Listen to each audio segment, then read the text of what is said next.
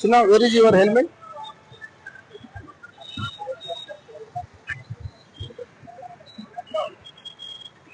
Where is your helmet? Helmet లేకుండా drive చేస్తే ఎట్లా ఏం చదువుతున్నావు? దాని ఇంపార్టెన్స్ తెలుసుగా నీకు? హెల్మెట్ యొక్క ఇంపార్టెన్స్ మంచి భవిష్యత్తు ఉన్నోడివి హెల్మెట్ లేకుండా పోతే దాని కాన్సిక్వెన్సెస్ ఏంటో తెలుసు. యాక్సిడెంట్ అయితే ఎన్ని అన్వాంటెడ్ ఇన్సిడెంట్ జరిగినా దాని పరిణామాలు తిరిగి తెచ్చుకోలేవు.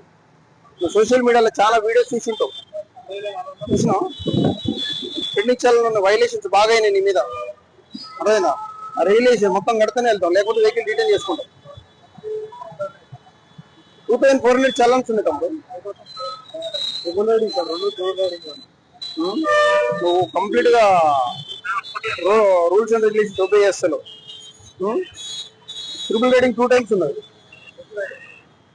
ఇంకా ఇమేజ్ క్యాప్చర్స్ ఉంటాయి, ఏదైనా నీకు ట్రాన్స్పరెంట్ గా ఒకటి చూసుకోను.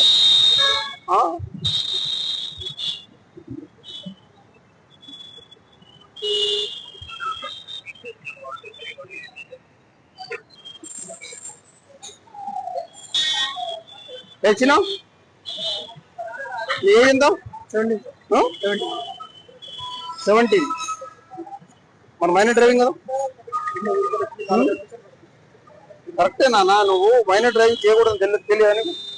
నీకు ఎలా లేవు, నీకు అథెంటికేషన్ లేదు, ఈ బైక్ నడపడానికి లేదు. ఓకేనా? సో చలాన్ ఇంపోజ్ చేస్తావు, హెల్మెట్ క్యారీ చేయలేదు. ఈ బండి ఎక్కడి నుంచి లాంగ్ జర్నీ చేసినావు కదా.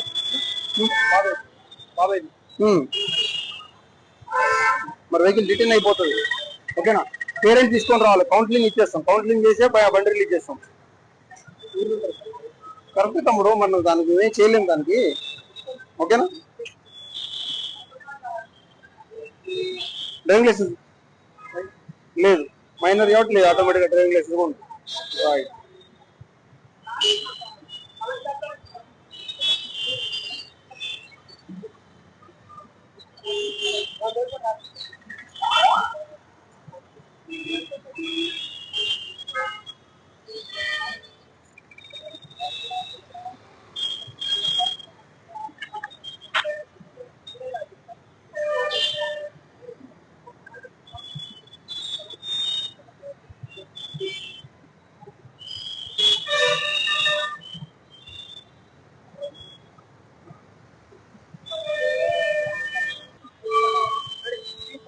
తమ్ముడు నువ్వు మైనర్ కాబట్టి వెహికల్ రిటర్న్ అయింది. మైనర్ డ్రైవింగ్ ఇవ్వకూడదు. మీ పేరెంట్స్ కూడా ప్రాబ్లం అవుతుంది. ఓకేనా? పేరెంట్స్ తీసుకుంటారా, నేను కౌన్సిలింగ్ ఇవ్వడం జరుగుతుంది. అర్థమైందా? ఇది సెకండ్ టైం అయితే ఆటోమేటిక్గా చార్జ్ షీట్ అవుతుంది. కోర్టులోనే ఏదైనా ఉంటే మాట్లాడాల్సి వస్తుంది. ఓకేనా?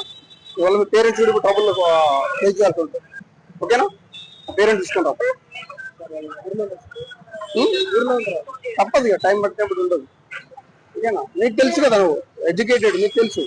మీ పేరెంట్స్కి వెళ్ళకపోయి నీకు తెలుసు. మరి దానికి ఆల్టర్నేట్ ట్రాన్స్పోర్టేషన్ తీసుకోవాలి. డ్రైవింగ్ లైసెన్స్ లేనప్పుడు నువ్వు వెహికల్ ఎట్లా తీసుకున్నావు? సరేనా? ఓకే.